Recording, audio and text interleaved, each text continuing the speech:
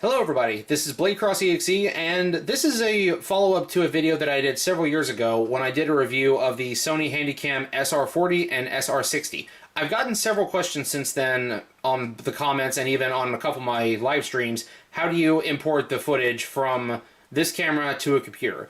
Because unlike most modern Handycams, especially ones from the Sony line, there is not a place for you to simply plug it in to your computer from the camera itself. That is an AV slot right there, which means that you plug in an AV cable and then run it to a TV or a capture device, and that is simply the DC in, which means that's the charging port. But there is no other port on here where you would plug it in and just run it directly to the computer. So the answer is the docking station. The little Handycam station right there says. And this model that you're going to need works for both the SR40 and 60. Is the DC-RA-C162. I don't know how much they are on eBay right now. I got this one several years back, and this is the one that fits. You can see it plugs in like that, and it does require its own independent power supply, as you can see right there. It also has an AV cable slot, and the one that's important for transferring files to the computer, the mini USB. So you're going to take a mini USB cable right here. You plug it in, you see it fits, and from there you will run it to your computer. And I'll show you how to do that here. I do stand corrected on one point. You don't actually have to have the power supply plugged in for the dock to work. And on my computer it's showing up as USB drive G.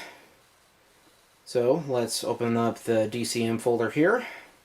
I did a couple of test pictures and video right before shooting this just to have something to show for it.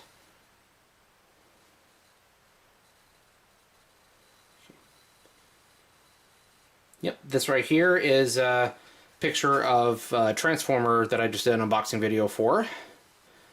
Don't know if it's going to be posted by the time I post this, but just a couple quick pictures just to show something. So DCM has all your photos, and your videos are under the MP root, and then whichever folder is inside that. In my case, it's the 100 PNV01. And this right here is just this is the video that I shot specifically for this demonstration that I apparently can't show because my media player on Windows 10 is not compatible with this old technology, but you can still move it to your computer. So we're going to I'm just going to drag them to this folder over here. Alright, here I have my recipient folder. So I'm just going to take this one video that I want to move, copy to this folder, and bam, there it is. Then we'll go back to the USB drive, to the DCM, and then the folder that's found there. And then I'll take the photos that I want to transfer, which is just these two. And there we go.